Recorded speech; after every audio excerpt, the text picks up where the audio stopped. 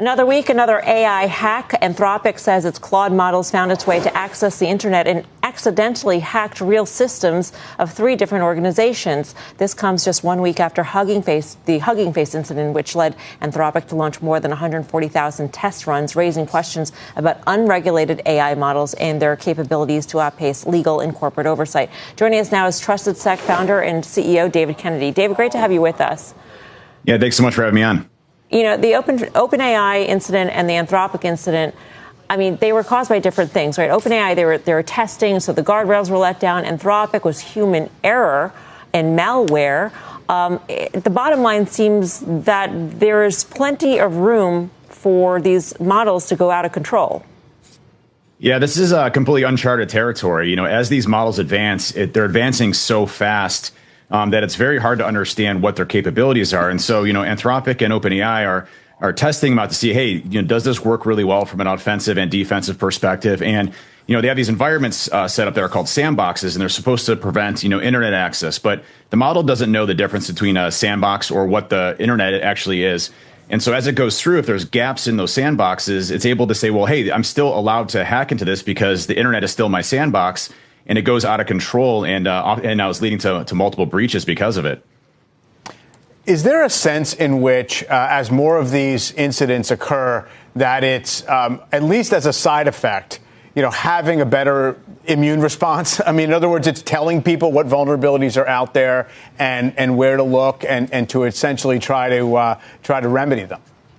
Yeah, absolutely. So Anthropic gave access to their Mythos model, which is one of their high speed that's really trained focused on offensive security to a lot of corporations like Microsoft, Amazon, Firefox, and various browsers. And they were able to identify a lot of new exposures that humans hadn't identified before in the past.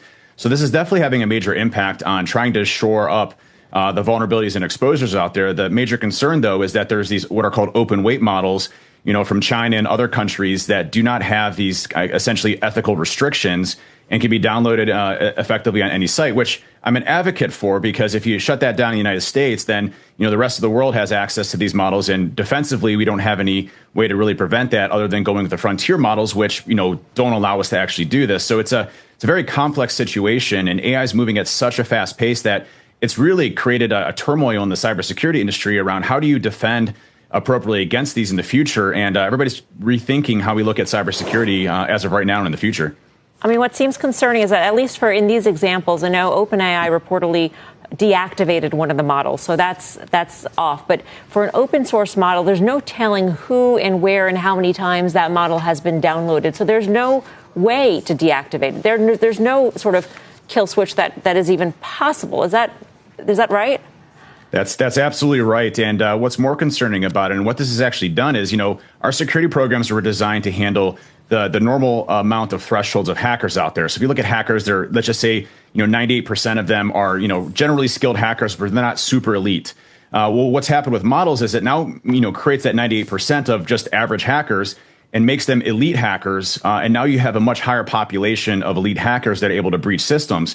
And these models are very, very good, and they have, you know, study offensive capabilities. In fact, my book was I got a class action lawsuit for my Metasploit book that I wrote, and Anthropic used it to train its own models to figure out how to hack better. And so these models are really selective on offensive capabilities, and there's no way to track it. Anybody can download it. And literally, you know, you can be a kid out of high school that has barely touched a computer and just played video games and say, hey, I want you to hack this company. And if you have it set up properly, it'll start hacking that company for you.